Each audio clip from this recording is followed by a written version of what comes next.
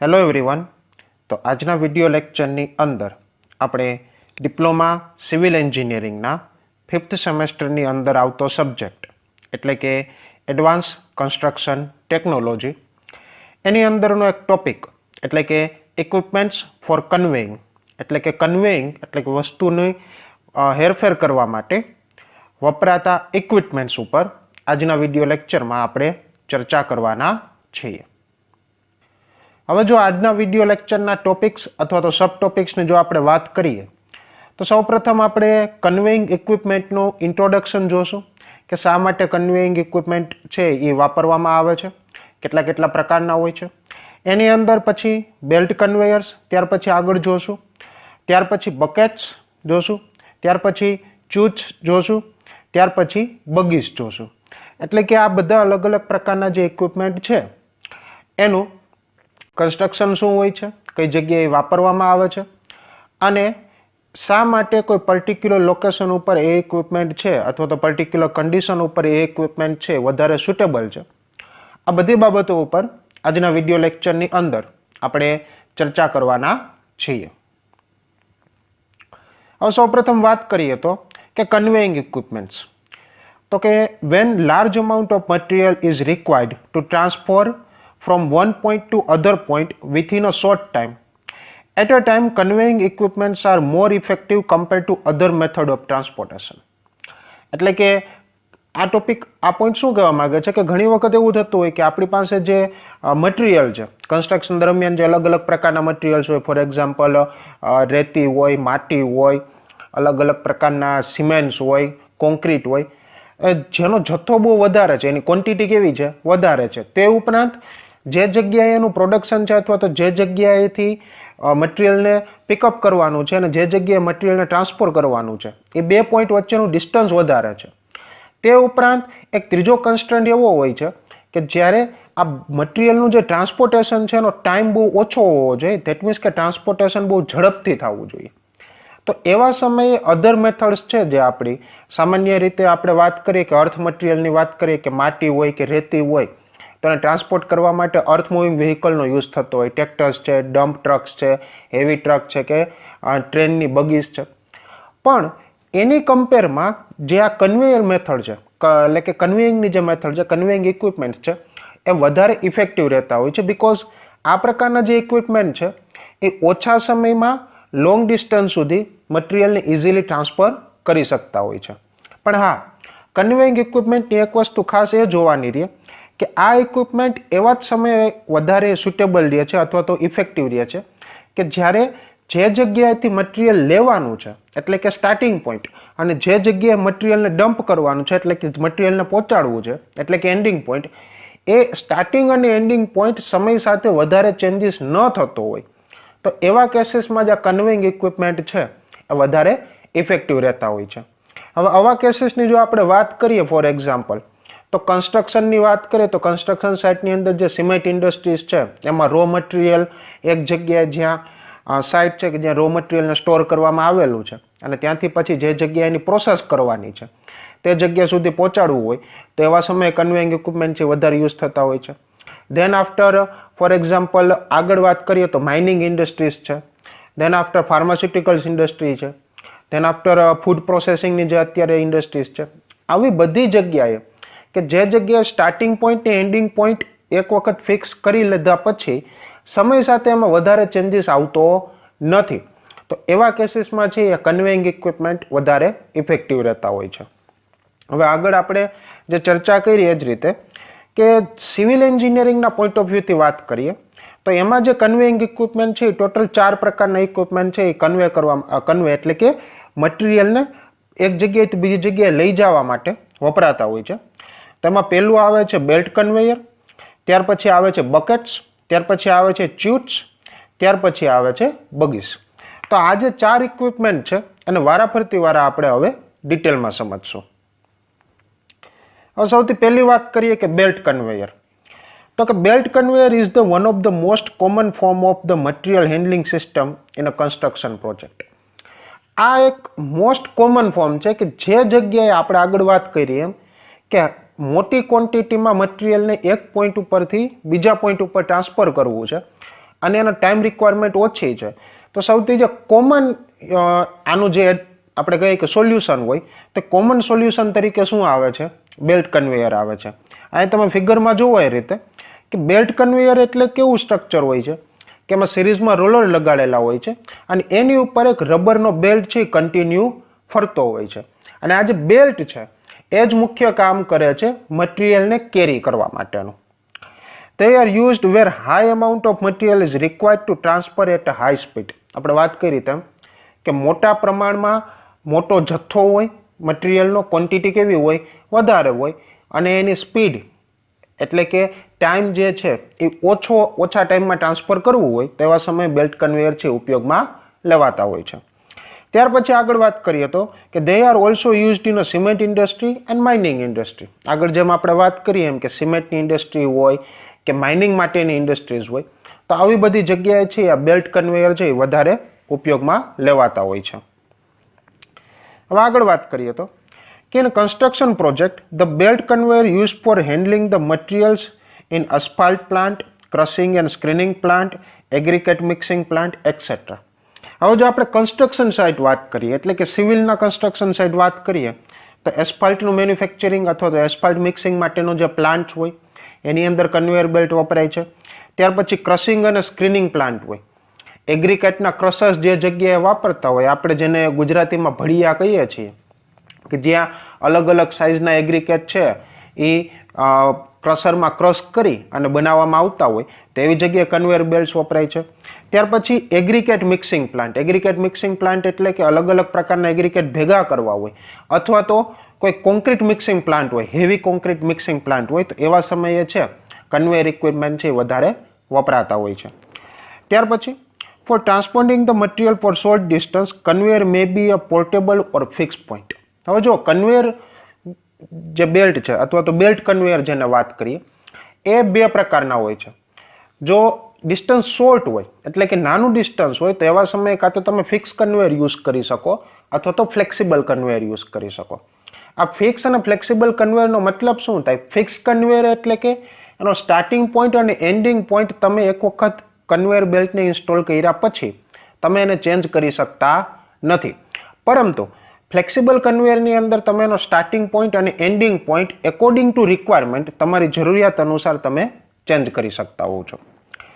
When belt conveyor used for transporting material at several kilometers at a time, number of flights are used.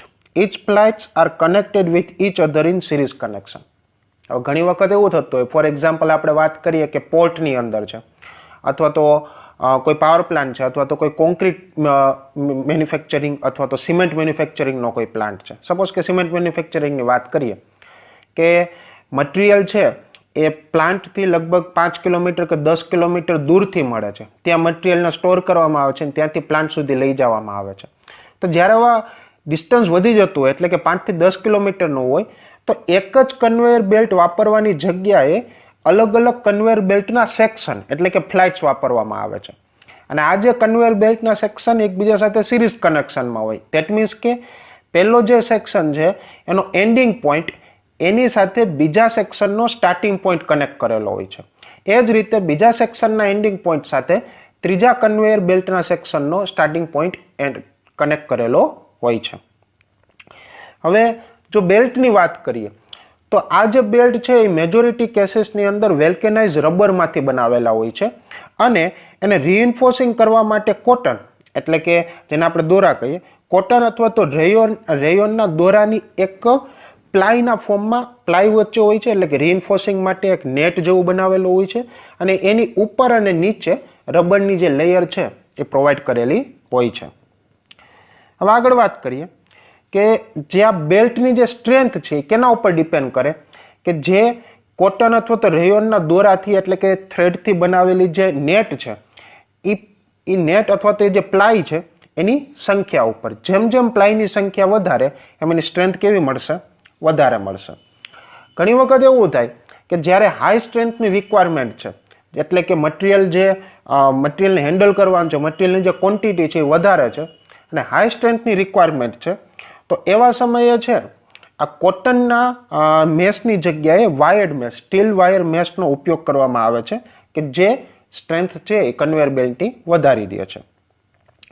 ત્યાર પછી આગળ વાત કરીએ તો કે જો કન્વેયર બેલ્ટ છે એ કોસ્ટલી ઇન્સ્ટોલેશન છે. દેટ મીન્સ કે એનો ઇનિશિયલ કોસ્ટ વધારે હોય છે. જ્યારે પરચેસ કરો છો, ઇન્સ્ટોલ કરો છો ત્યારે એનો કોસ્ટ વધારે હોય છે, પરંતુ એક વખત ઇન્સ્ટોલ થઈ ગયા પછી એનો જે રનિંગ કોસ્ટ હોય છે એ કમ્પેરેટિવલી કેવો હોય છે?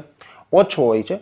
અને સેકન્ડ થિંગ કે કન્વેયર બેલ્ટની અંદર કોઈ પણ એક પાર્ટમાં જો પ્રોબ્લેમ આવે તો એ આખી સિસ્ટમને શું કરી નાખે છે? બ્રેકડાઉન કરી નાખે છે અને આખી સિસ્ટમમાં એરર ક્રિએટ કરે છે.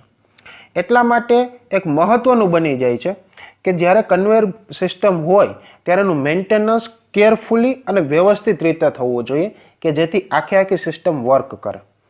અને બીજી વસ્તુ અહીંયા ધ્યાન રાખવાની છે કે કન્વેયર બેલ્ટ છે એનો ઇનિશિયલ કોસ્ટ વધારે હોય છે, પરંતુ એનો જે રનિંગ કોસ્ટ છે એટલે એક વખત ઇન્સ્ટોલ થઈ ગયા પછી વાપર્યા દરમિયાન જે ખર્ચ આવે છે એ બાકીની મેથડ્સ કરતાં કેવો હોય છે? ઓછો હોય છે. હવે કન્વેયરની જો વાત કરીએ તો અલગ અલગ રેન્જના કન્વેયર બેલ્ટ્સ છે અવેલેબલ હોય છે. અત્યારે માર્કેટની અંદર અલગ અલગ પ્રકારની રિક્વાયરમેન્ટના આધારે અલગ અલગ પ્રકારના બેલ્ટ્સ છે એ અવેલેબલ હોય છે. પણ કયો બેલ્ટ કન્વેયરની અંદર કયો બેલ્ટ છે એ આપણા માટે બેસ્ટ સુટેબલ રહેશે? ધેટ મીન્સ કે વાત કરીએ કે રેયોનના અથવા તો કોટનના વૂલમાંથી બનાવેલા જે થ્રેડ છે, દોરા છે, એની મેશવાળો અથવા તો સ્ટીલની મેશ એટલે કે જાળીથી બનેલો બેલ્ટ, એટલે કે કયો બેલ્ટ બેસ્ટ સુટેબલ રહેશે એ માત્ર બે વસ્તુ પર ડિપેન્ડ કરતો હોય છે.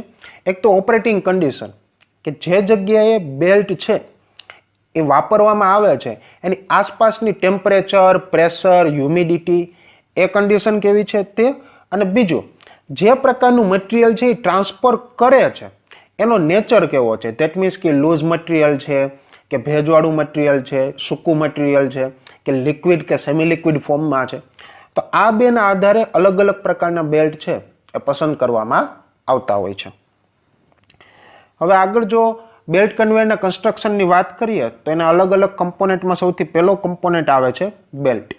આપણે આગળ વાત કરીએ એ રીતે કે બેલ્ટ છે એ રબરનો, વેલ્કેનાઇઝ્ડ રબરનો બનેલો હોય છે અને એની અંદર રીઇન્ફોર્સિંગ માટે શું આપેલું હોય છે કે કોટનના ફાઇબર્સનું એક મેશ આપેલી હોય છે અથવા તો સ્ટીલ ફાઇબરની મેશ આપેલી હોય છે. હવે જો બેલ્ટની વાત કરીએ તો આખી કન્વેયર સિસ્ટમમાં સૌથી લાંબામાં લાંબો જો કોઈ પાર્ટ હોય તો એ કયો છે? બેલ્ટ છે. અને સૌથી ઇમ્પોર્ટન્ટ જો કોઈ પાર્ટ હોય તો પણ એ કયો છે? બેલ્ટ છે. જ્યારે પણ કન્વેયર સિસ્ટમ છે ઇન્સ્ટોલ કરાતી હોય, લોંગ ડિસ્ટન્સ કન્વેયર સિસ્ટમની વાત કરીએ અથવા તો શોર્ટ ડિસ્ટન્સ કન્વેયર સિસ્ટમની વાત કરીએ તો એવા સમયે બેલ્ટ છે એ સિસ્ટમની અંદર પહેલેથી અટેચ કરેલો હોતો નથી, પરંતુ એ જે બેલ્ટ છે એ બેલ્ટને જે તે જગ્યાએ સાઇટ ઉપર પહેલાં આખી કન્વેયર સિસ્ટમમાં બેલ્ટને પાથરી દીધા પછી સાઇટ ઉપર કાં તો રબર જોઇન્ટ્સ અથવા તો મિકેનિકલ જોઇન્ટ્સ આ બંનેનો ઉપયોગ કરીને એના બે છેડાને ભેગા કરી દેવામાં આવે અને એક એન્ડલેસ સ્ટ્રીપ જેવું એટલે કે કન્ટિન્યુ સાયકલ જેવી રચના કરવામાં આવે. હવે મિકેનિકલ જોઇન્ટ્સ કે વેલ્કેનાઇઝ રબર જોઇન્ટ્સ એટલે શું કે બંને જોઇન્ટને એક રબરની લેયરથી જો અટેચ કરવામાં આવ્યા હોય તો એને રબર જોઇન્ટ્સ અથવા તો રબર ફાસ્ટનર કહેવામાં આવે. પરંતુ જો બંને જોઇન્ટ્સ છે એને મેટલના સ્ટ્રેપ દ્વારા અટેચ કરેલા હોય, ફ્લેક્સિબલ સ્ટ્રેપ દ્વારા, તો એને મિકેનિકલ જોઇન્ટ્સ કહે છે. મેજોરિટી કેસીસની અંદર મિકેનિકલ જોઇન્ટ્સ છે એ મેન્ટેનન્સ દરમિયાન અથવા તો બેલ્ટને જ્યારે ચેન્જ કરવાનો થાય ત્યારે ઇઝી રહેતા હોય છે, પરંતુ ઓપરેશન દરમિયાન એમાં એક્સિડન્ટ થવાના ચાન્સીસ છે એ વધી જતા હોય છે, જેની સામે રબર જોઇન્ટ્સની અંદર એક્સિડન્ટ થવાના ચાન્સીસ કેવા હોય છે? ઓછા હોય છે. તો આ એક મહત્વનો ફેક્ટર્સ છે કે નક્કી કરે કે કોઈ પણ બેલ્ટની અંદર રબર જોઇન્ટ્સનો યુઝ કરવો છે કે પછી મિકેનિકલ જોઇન્ટ્સનો યુઝ કરવો છે. તે ઉપરાંત જો વાત કરીએ બેલ્ટની અંદર તો બેલ્ટની ટેન્સાઇલ સ્ટ્રેન્થ છે એક અતિ મહત્વનો ભાગ ભજવતી હોય છે, બીકોઝ આખી કન્વેયર સિસ્ટમમાં જે બેલ્ટ છે એ આખો ટેન્શન ફોર્મમાં હોય છે, ટેન્સાઇલ ફોર્મમાં હોય છે. એટલે જનરલ કેસીસની અંદર બેલ્ટ એવો પસંદ કરવામાં આવે કે જે વધારે ખેંચાણ બળ અથવા તો ટેન્શન છે એ સહન કરી શકતો હોય છે. ત્યાર પછી વાત કરીએ પુલીસ એન્ડ આઇડલર્સ. હવે જે બેલ્ટ છે એ જેની ઉપર રોલ થશે અથવા તો જેની ઉપર ફરશે એ ફેરવવાનું અને એને સપોર્ટ આપવાનું જે કાર્ય છે એ પુલ્લી અને આઇડલર્સ કરતા હોય છે. હવે pulley are generally located at the terminal of belt conveyor where the support the belt and transmit the driving power. હવે જે પુલ્લી છે એનું કામ શું છે? જે ટર્મિનલ એટલે કે છેડાઓ ઉપર લગાડેલી હોય છે, અલગ અલગ અને વચ્ચેના અલગ અલગ પોઈન્ટ ઉપર લગાડેલી હોય છે. એનું મુખ્ય કાર્ય શું છે? જે બેલ્ટને સપોર્ટ આપવાનું કાર્ય કરે છે. તે ઉપરાંત જે રોલર છે અથવા તો આઇડલર છે એને ફેરવવા માટે જે પાવર છે એ આ પુલ્લી આપતી હોય છે. The conveyor belt are supported on idler between the terminals and generally 3 roller type. એટલે કે જે આપણે આગળ વાત કરીએ એમ કે પુલ્લી શું કરશે? ખાલી જે આઇડલર્સ છે એને ફેરવવાનું કામ કરશે, પરંતુ જે બેલ્ટ છે એને સપોર્ટ આપવાનું કાર્ય કોણ કરશે? આઇડલર્સ અથવા તો રોલર્સ, જેને બીજી ભાષામાં કહીએ તે. અહીંયા તમે ફિગરમાં જોવો એ રીતે કે અહીંયા ટ્રાયંગ્યુલર 3 રોલર ટાઈપ આઇડલર છે પહેલી ફિગરમાં, અને ફિગર નંબર બી ની અંદર સિંગલ રોલર ટાઈપ આઇડલર છે. હવે આગળ વાત કરીએ તો કે 3 રોલર ટાઈપ આઇડલર હોય તો એની અંદર 3 રોલ હોય છે. સેન્ટ્રલ રોલર છે એ હોરિઝોન્ટલ કન્ડિશનમાં હોય છે, જ્યારે બાકીના એટલે કે લેફ્ટ સાઈડ ને રાઈટ સાઈડના જે રોલર છે એ કેવા હોય છે? ઇન્ક્લાઇન્ડમાં હોય છે. અને જે એંગલ ઓફ ઇન્ક્લિનેશન છે એટલે કે કેટલા ડિગ્રીના ખૂણે એ ઇન્ક્લાઇન છે, તો હોરિઝોન્ટલ સાથે 20 ડિગ્રીના ખૂણે બંને સાઇડ રોલર છે એ ઇન્ક્લાઇન્ડ કરેલા હોય છે. જનરલી આ પ્રકારનું જે એટેચમેન્ટ છે અથવા તો આ પ્રકારના જે આઇડલર્સ છે એ લૂઝ મટીરિયલ હોય, વધારે લૂઝ મટીરિયલ, ફોર એક્ઝામ્પલ માટી છે કે રેતી છે, તો એવા પ્રકારના મટીરિયલના ટ્રાન્સફર માટે આ પ્રકારના 3 રોલર આઇડલરનો યુઝ થતો હોય છે. હવે the idler support the loaded strand of the belt is known as a upper idler, and which is support the return belt is called the lower idler. હવે આગળ આપણે જે ફોટો જોયો કન્વેયર બેલ્ટનો, એની અંદર કન્વેયર બેલ્ટની ઉપર અને નીચેની બંને સાઈડ હોય છે. એમાં જે ઉપરની સાઈડ હોય, ઉપરની જે સાઈડ છે એ હકીકતમાં વજન આખા મટીરિયલનો વજન છે ઉપરની સાઈડના કન્વેયર બેલ્ટ ઉપર લાગતો હોય છે. જ્યારે એ પુલ્લીમાંથી ફરી એટલે કે એન્ડિંગ પોઈન્ટ પાસેથી કન્વેયર બેલ્ટ પાછું રિટર્ન આવતો હોય ત્યારે નીચેની સાઈડનું જે કન્વેયર બેલ્ટ છે, કન્વેયર બેલ્ટનો નીચેનો ભાગ છે, એમાં એક પણ પ્રકારનો લોડ છે એ આવતો હોય નહીં. તો જનરલ કેસીસની અંદર જે ઉપરનો ભાગ છે એ જે આઇડલર્સ છે એને અપર આઇડલર કહેવામાં આવે, અને નીચેના ભાગે જે આઇડલર હોય છે કે જે ખાલી કન્વેયર બેલ્ટને પાછો એન્ડિંગ પોઈન્ટથી સ્ટાર્ટિંગ પોઈન્ટ તરફ લઈ જતા હોય અને લોઅર આઇડલર કહેવામાં આવે. અપર આઇડલર છે એ એટલે કે અપરની સાઈડના છે કાં તો 3 રોલર ટાઈપ હોય અથવા તો સિંગલ રોલર ટાઈપ હોય છે, જ્યારે લોઅર સાઈડના જે આઇડલર છે એ હંમેશા સિંગલ રોલર ટાઈપ આઇડલર જ હોય છે. અને બીજું કે the belt run on a flat on a single roller why take the shape of the trough on a multi roller idler. Trough એટલે કે એક સુપડા જેવો શેપ, એટલે કે સિંગલ રોલર આઇડલર હોય તો જે કન્વેયર બેલ્ટ છે કેવો રહેતો હોય છે? ફ્લેટ રહેતો હોય છે, જ્યારે ઓની અંદર એક સુપડા જેવો વી શેપ જેવો આકાર આવતો હોય છે. હવે આગળ વાત કરીએ તો drives. Generally or conveyors is driven by electric motor, એટલે કે આખા કન્વેયરને જે કન્વેયર બેલ્ટને આઇડલર ઉપર ફેરવવાનું જે કાર્ય કરે છે એ જનરલ કેસીસની અંદર કયા પ્રકારની મોટર્સ હોય છે? ઇલેક્ટ્રિક મોટર્સ હોય છે. પરંતુ અમુક કેસીસની અંદર હાઇડ્રોલિક મોટર્સનો પણ ઉપયોગ થતો હોય છે, પણ જે હાઇડ્રોલિક મોટર છે એ રેર ઓફ રેર કેસમાં જ યુઝ થાય છે. મેજોરિટી કેસીસની અંદર ઇલેક્ટ્રિક મોટર્સ છે યુઝ થતી હોય છે.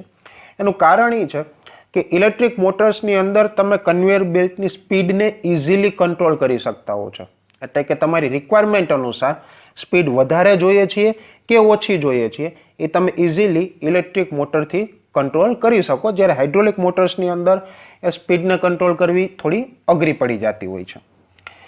હવે જો મોટરના ટાઈપ કહીએ કે જનરલ કેસીસમાં કયા કયા પ્રકારની મોટર યુઝ થાય, તો કાં તો સ્ક્વાયરલ કેજ ટાઈપ અથવા તો વાઉન્ડ રોટર ટાઈપ મોટર્સ છે એ યુઝ થતી હોય છે. હવે આગળ વાત કરીએ કે જે મોટર્સ છે એ મોટરનો પાવર કન્વેયર બેલ્ટના રોલર સુધી કઈ રીતે પહોંચે, તો એના માટે અલગ અલગ પ્રકારની ડ્રાઇવ્સનો યુઝ થતો હોય છે. ડ્રાઇવ્સ કઈ કઈ હોય છે? ચેન ડ્રાઈવ હોય, બેલ્ટ ડ્રાઈવ હોય અથવા તો ગિયર ડ્રાઈવ હોય. અહીંયા તમે જે ફિગરમાં જોવો છો એ ચેન ડ્રાઈવ છે. ચેન ડ્રાઈવ એટલે કે મોટર જે જગ્યાએ છે એ મોટરમાંથી જે આઉટપુટ નીકળે છે ત્યાં ચેનનો એક સ્પોકેટ લગાડેલું હોય છે અને એ સ્પોકેટ ચેન થ્રુ પુલ્લીનું જે સ્પોકેટ છે એટલે કે કન્વેયર બેલ્ટની જે પુલ્લી છે એની સાથે અટેચ કરેલું હોય છે. તો એ પ્રકારની જે કન્વેયર સિસ્ટમ છે એ કેવા કહેવાય? ચેન ડ્રાઈવ કહેવામાં આવે. ઘણી વખત એ ચેનની જગ્યાએ બેલ્ટનો યુઝ થતો હોય છે. તમે ઘણી વખત આપણે જોયું હોય કે લેથ મશીન છે અથવા તો બીજા અમુક મશીન છે કે જેમાં મોટરમાંથી જે પાવર છે બીજા મશીનનો અથવા તો બીજા પાર્ટમાં બેલ્ટ થ્રુ જતો હોય છે, તો એને બેલ્ટ ડ્રાઈવ કહેવામાં આવે છે. અને અમુક જગ્યાએ આ મોટરનો પાવર બેલ્ટ સુધી કન્વેયર બેલ્ટ સુધી પહોંચાડવા માટે ગિયર્સનો ઉપયોગ થતો હોય નાની મોટી સાઇઝના, તો એને કેવું કહેવામાં આવે છે? ગિયર ડ્રાઈવ કહેવામાં આવે છે. હવે સવાલ એમ થાય કે આ ત્રણેયનું સિલેક્શન કઈ રીતે થવું? તો મેજોરિટી કેસીસમાં સૌથી જો સાઉન્ડ ઓછો જોતો હોય એટલે કે ઓછામાં ઓછો અવાજ પ્રોડ્યુસ કરવો હોય તો સૌથી ઓછામાં ઓછો અવાજ છે એ બેલ્ટ ડ્રાઈવમાં પ્રોડ્યુસ થતો હોય છે. પરંતુ મોસ્ટ કોમન જે મેથડ છે પાવર ટ્રાન્સમિશનની અથવા તો ડ્રાઈવની એ છે ચેન ડ્રાઈવ. અહીં જે તમે જે ફિગરમાં જોવો છો એ રીતે. હવે આગળ વાત કરીએ ટેકઅપ્સ. ટેકઅપ્સ એટલે શું? આખે આખા કન્વેયર બેલ્ટ જ્યારે ઉપયોગમાં હોય ડ્યુરિંગ ધ સર્વિસ લાઈફ એની ઉપર કન્વેયર બેલ્ટ ઉપર કન્ટિન્યુઅસલી ખેંચાણ બળ લાગતું હોય છે. એટલા માટે સમય સાથે 2 મહિના 3 મહિના 6 મહિના કે વર્ષ દરમિયાન એની જે લંબાઈ છે કન્વેયર બેલ્ટની લંબાઈ શું થાય છે? વધતી જાય છે. હવે જેમ જેમ કન્વેયર બેલ્ટની લંબાઈ વધશે એમ એમ કન્વેયર બેલ્ટ છે એ એના જે રોલર્સ ઉપર છે એ લૂઝ થતો જશે. લૂઝ થશે એટલે એને કારણે શું થશે કે કન્વેયર બેલ્ટ જે રોલર અને જે પુલ્લી ઉપર રોટેટ થાય છે એની ઉપર સ્લીપ થવા માંડશે અને જે મોટરનો પૂરતો પાવર છે એ કન્વેયર બેલ્ટ સુધી પહોંચી શકશે નહીં. તો જે આ વધારાની લંબાઈ છે કે કન્ટિન્યુ એની ઉપર ટેન્શન ફોર્સ લાગે છે એને કારણે જે વધારાની લંબાઈ છે એને એડજસ્ટ કરવા માટે આ ટેકઅપ્સનો ઉપયોગ થાય છે. અહીં તમે ફિગરમાં જુઓ એ રીતે હકીકતમાં 2 પ્રકારના ટેકઅપ્સ હોય છે. એક સ્ક્રૂ ટાઈપ હોય છે અને એક વેઇટેડ ટાઈપ હોય છે. આ જે ફિગરની અંદર જે છે એ વેઇટેડ ટાઈપ છે. વેઇટેડ ટાઈપ એટલે તમે જે નીચેની સાઈડ જુઓ સૌથી નીચે એક વેઇટ લગાડેલો છે અને એમાં શું છે? વર્ટિકલ ગ્રેવિટી ટેકઅપ અથવા તો વેઇટેડ ટાઈપ ટેકઅપ. ટેકઅપ એટલે બીજું કાંઈ નથી, એક પ્રકારની પુલ્લી છે, એક એક્સ્ટ્રા પુલ્લી જે શું કરશે વેઇટ ટાઈપની અંદર આ જે વજન છે જે નીચે વેઇટ લગાડેલો છે એ પુલ્લીને હંમેશા નીચેની સાઈડ ખેંચશે, જેને કારણે જે વધારાનું જે બેલ્ટ છે અથવા તો વધારાની જે બેલ્ટની લંબાઈ છે એ આ પુલ્લીને કારણે જેમ જેમ બેલ્ટની લંબાઈ વધશે એમ પુલ્લી નીચેની સાઈડ ટ્રાન્સફર થશે અને ઉપરની સાઈડનો જે બેલ્ટ છે એની ઉપર ટેન્શન છે પૂરતે પૂરતું રહે. દેટ મીન્સ કે વધારાની જે લંબાઈ છે બેલ્ટની એ પુલ્લીના વેઇટને કારણે એડજસ્ટ થઈ જશે. આ એક પ્રકારનું ઓટોમેટિક ટેકઅપ છે. એમાં તમારે મોડિફિકેશન કરવાની જરૂર રહેતી નથી. એ જેમ જેમ બેલ્ટની લંબાઈ વધતી જાય એમ એમ છે એ વેઇટ નીચે આવતો જશે, એને કારણે પુલ્લી નીચે આવતી જશે અને એડજસ્ટમેન્ટ થતું રહેશે. ત્યાર પછી વાત કરીએ ફેડર અને હોલ્ડ બેક્સ. પણ એમાં એની પહેલાં જો આપણે આગળ વાત કરી હતી ટેકઅપમાં એક આવે વેઇટેડ ટાઈપ અને બીજો છે સ્ક્રૂ ટેકઅપ. જો આ તમે ફિગરમાં જોવો એ રીતે સ્ક્રૂ ટેકઅપ. સ્ક્રૂ ટેકઅપ એટલે શું? જે પુલ્લી હોય એની બાજુમાં એક સ્ક્રૂ ટાઈપ મિકેનિઝમ લગાડેલું હોય કે જેને તમે ક્લોકવાઇઝ કે એન્ટી ક્લોકવાઇઝ પ્રોપર ડાયરેક્શનમાં ફેરવો તેમ એમ એની જે પુલ્લી છે એ આગળ કે પાછળ રોટેટ થતી હોય. એટલે કે સપોઝ કે જેમ જેમ બેલ્ટની લેન્થ વધતી જાય એમ પુલ્લીને તમે જેમ જેમ આગળ લંબાવતો જો આમાં ડોટેડ લાઇનના ફોર્મમાં દેખાડેલું છે, જેમ જેમ આગળ વધારતા જાઓ અહીંયા હેડ પુલ્લી છે ને સ્ક્રૂ ટેકઅપ છે. તો જો સ્ક્રૂ ટેકઅપ અને હેડ પુલ્લી વચ્ચેનો જો બેલ્ટ છે એ ડોટેડ લાઇનમાં દેખાડેલો છે. તો જેમ જેમ તમે સ્ક્રૂ ટેકઅપ છે અથવા તો જે પુલ્લી છે ને આગળ ખેંચતા જશો એમ એમ વધારાની જે લેન્થ છે એડજસ્ટ થતી જશે. હવે વાત કરીએ આપણે ફીડરની. તો ફીડરનું કાર્ય શું છે? It is use to deliver the material uniformly. એટલે કે કન્વેયર બેલ્ટ ઉપર પરફેક્ટ યોગ્ય માપમાં મટીરિયલ ડિસ્ટ્રીબ્યુટ કરવા માટે કેનો યુઝ થાય છે? ફીડરનો. ત્યાર પછી વાત કરીએ હોલ્ડ બેક. હવે જે હોલ્ડ બેક છે એ જનરલ કેસીસમાં ઇન્ક્લાઇન કન્વેયર હોય એટલે કે એક એંગલ ઉપર હોય ત્યારે વપરાવામાં આવે છે. ઘણી વખત એવું થાય કે સપોઝ કે પાવર ફેલિયર થયું તો એવા સમયે કન્વેયર બેલ્ટ ઉપરનો જે વેઇટ છે, ખાસ કરીને ઇન્ક્લાઇન કન્વેયર બેલ્ટ ઉપરનો જે વેઇટ છે એ કઈ ડાયરેક્શનમાં મોશન કરશે? નીચેની ડાયરેક્શનમાં, એક્સિડન્ટ થવાના ચાન્સીસ રહી જશે. તો એવા સમયે હોલ્ડ બેકનું કાર્ય શું છે કે કન્વેયર બેલ્ટને રિવર્સ ડાયરેક્શનમાં મોશન થતું અટકાવે છે. જનરલ કેસીસમાં બે પ્રકારના હોલ્ડ બેક, બે મેથડથી હોલ્ડ બેક થતું હોય છે. એક તો ઇલેક્ટ્રોનિક મેથડ છે કે જેમાં સેન્સર્સ અને કોમ્પ્યુટર્સનો ઉપયોગ થતો હોય છે, અને બીજી મિકેનિકલ મેથડ્સ છે. જો ઇન્ક્લાઇન કન્વેયર હોય તો મેજોરિટી કેસીસમાં મિકેનિકલ મેથડ એટલે કે ગિયર્સ અને મિકેનિકલ પાર્ટ્સનો ઉપયોગ કરીને એક બ્રેકિંગ મિકેનિઝમ તૈયાર કરવામાં આવે કે જે બેલ્ટને ને માત્ર આગળની ડાયરેક્શનમાં રોટેટ કરે, પણ રિવર્સ ડાયરેક્શનમાં એટલે કે પાવર ફેલિયર દરમિયાન બેલ્ટને પાછું રિવર્સ ડાયરેક્શનમાં રોટેટ કરવા દે નહીં. હવે આગળ વાત કરીએ કે precaution for the longer life of the belt એટલે કે બેલ્ટની લાંબી લાઈફ માટે કયા કયા પ્રિકોઝન રહેવા જોઈએ. તો પહેલું કે સ્ટોરેજ ઇન્સ્ટોલેશન કે વર્કિંગ દરમિયાન એમાં એની જે ધાર છે, એજ છે બેલ્ટની, એમાં કોઈ પણ પ્રકારના ડેમેજ ન થવા જોઈએ. પછી એને કુલ, કવર્ડ અને ડ્રાય પ્લસ માર્ચ એટલે કે ઠંડા અને સૂકા જે એરિયા છે અથવા તો રૂમ છે એની અંદર સ્ટોર કરવા જોઈએ. ત્યાર પછી એની ઉપર કોઈ પણ પ્રકારનું ઓઇલી સબસ્ટન્સ એની ઉપર પડવું જોઈએ નહીં. ત્યાર પછી આગળ વાત કરીએ તો કે કોઈ પણ દરમિયાન કે જ્યારે તમે યુઝ કરતા હો અને કોઈ પણ પ્રકારની કન્વેયર બેલ્ટ ઉપર કટ લાગી જાય એટલે કે કોઈ પણ પ્રકારનો ચેકો લાગી જાય અથવા તો નુકસાન થાય તો એને ઇમિડિયેટલી કેના દ્વારા સીલ કરવું જોઈએ? તો કે કન્વેયર બેલ્ટ સોલ્યુશન દ્વારા એને સીલ કરવું જોઈએ કે જેથી આગળ નુકસાન થતું અટકાવી શકાય. ત્યાર પછી સતત ચાલુ બંધ એટલે કે frequently starting and stopping under load should be avoided એટલે કે જ્યારે કન્વેયર બેલ્ટ ઉપર કોઈ પણ પ્રકારનો લોડ છે તો એને ફ્રીક્વન્ટલી સ્ટાર્ટિંગ કે સ્ટોપિંગ કરવું જોઈએ નહીં. અને શક્ય હોય ત્યાં સુધી જે મટીરિયલ છે ફ્લુઇડ અથવા એટલે કે ફ્લેટ પ્લેટફોર્મની અંદર રન કરાવવું જોઈએ. એટલે કન્વેયર બેલ્ટ શક્ય હોય ત્યાં સુધી કેવો રન થવો જોઈએ? ફ્લેટ અથવા તો કન્ટિન્યુઅસલી રન થવો જોઈએ. હવે આગળ વાત કરીએ કે selection and design of the belt.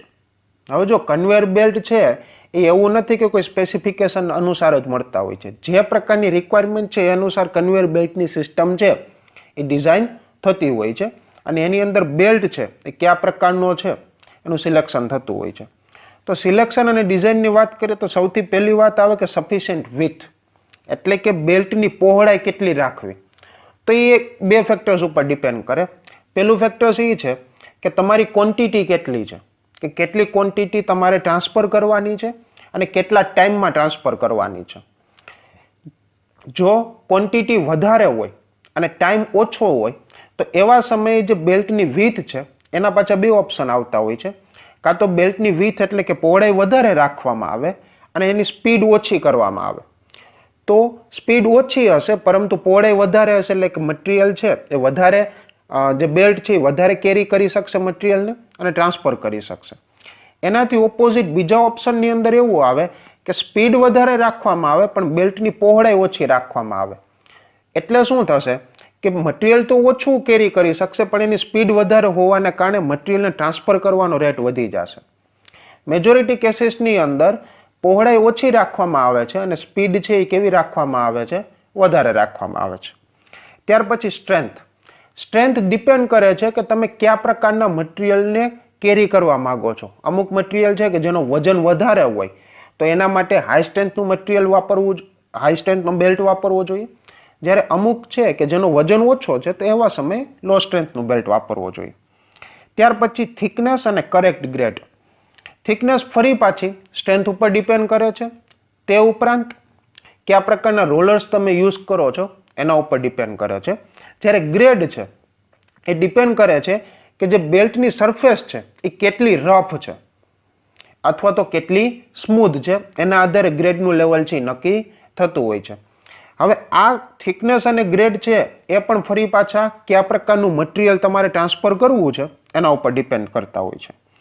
ત્યાર પછી આવે છે સફિશિયન્ટ લેટરલ ફ્લેક્સિબિલિટી અને સ્ટીફનેસ. હવે આગળ આપણે જોયું હતું 3 રોલર ટાઈપ આઇડલર્સ. એ 3 રોલર ટાઈપ આઇડલર્સની અંદર બેલ્ટ છે એ બંને સાઈડથી કેવો થતો હોય છે? થોડોક વળાંક લેતો હોય છે અથવા તો વી શેપનો ફોર્મ આવતો હોય છે. તો એવા સમયે જે બેલ્ટ છે, સપોઝ કે આપણે વાત કરીએ કોઈ એવું લૂઝ મટીરિયલ છે કે જે ઢોળાઈ જવાના ચાન્સીસ વધારે છે તો એવા સમયે 3 રોલર ટાઈપ આઇડલર વપરાતું હોય.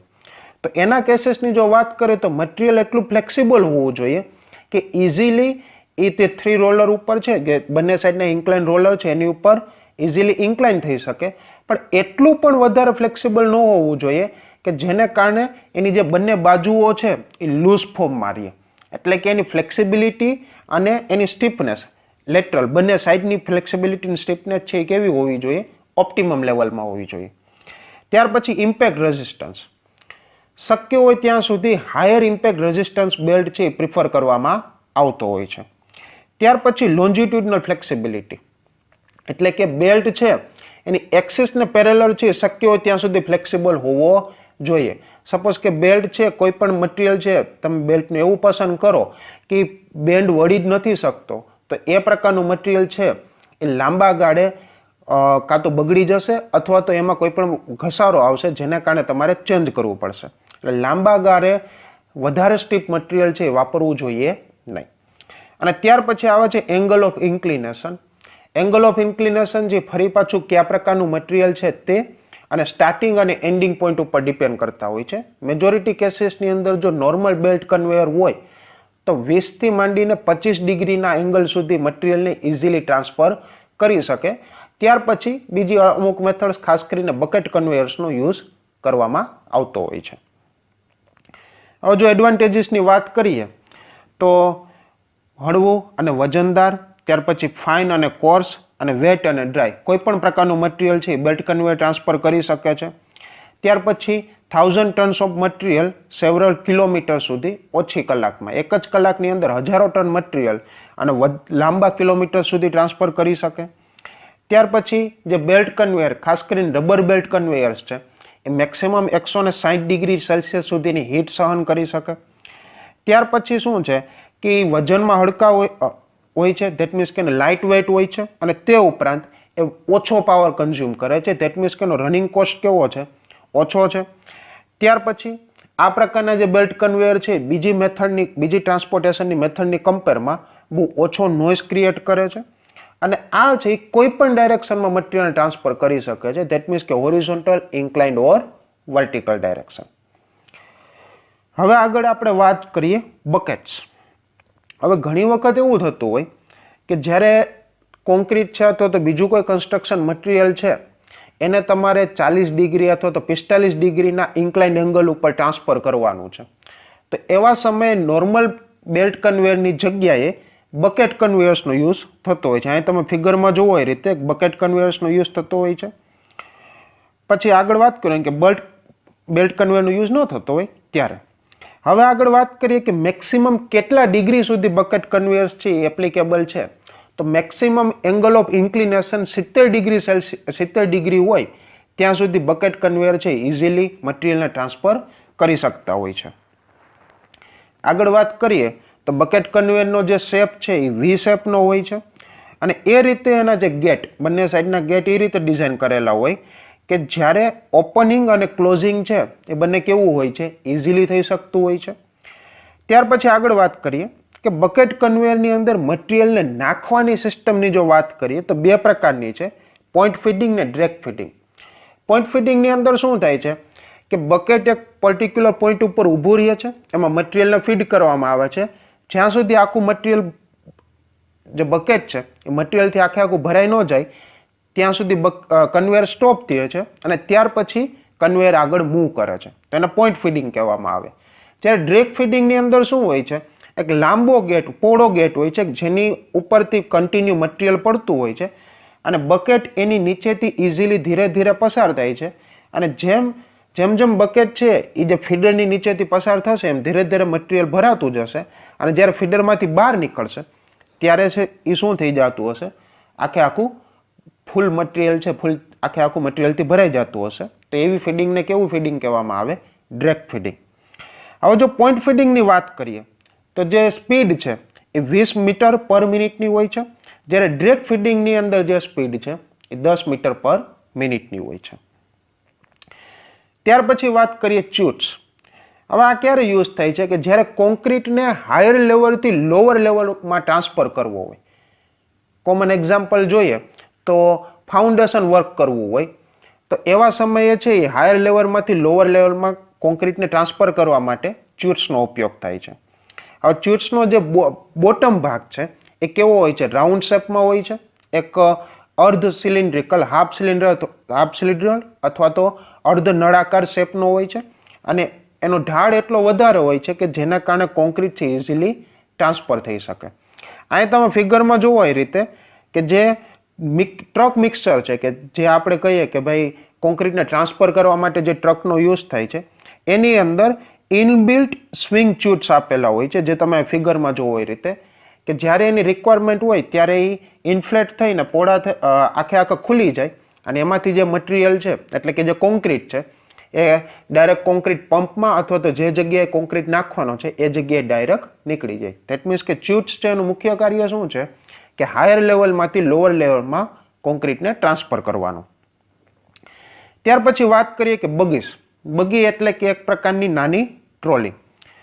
હવે એની જો લોડ કેરિંગ કેપેસિટીની વાત કરીએ તો 4 થી માંડીને 9 સ્ક્વેર ફીટ કોન્ક્રીટનું તમારે કોન્ક્રીટિંગ વર્ક કરવું હોય તો એના માટે છે એટલો કોન્ક્રીટ ઇઝીલી બગી સંભાળી શકે. હવે આ પ્રકારની જે બગી છે એ મોટા પ્રોજેક્ટમાં એક સપ્લિમેન્ટ તરીકે અથવા તો નાના કોન્ક્રીટિંગ વર્કમાં એક મેઇન કમ્પોનેન્ટ તરીકે વર્ક થતી હોય છે. જો મોટો પ્રોજેક્ટ હોય તો એવા કેસીસની અંદર એ વસ્તુ ખાસ ધ્યાન રાખવી જોઈએ કે આ પ્રકારની જે બગી છે અને ટ્રાન્સપોર્ટ માટે જે ટ્રેન અથવા તો ટ્રેક બનાવેલા છે એનો કોસ્ટ પણ આની સાથે ઇન્ક્લુડ કરવો જોઈએ. અહીંયા તમે જે ફિગરમાં જોવો છો એ મોટર્ડ પાવર્ડ બગી છે અને 2 વ્હીલવાળી છે.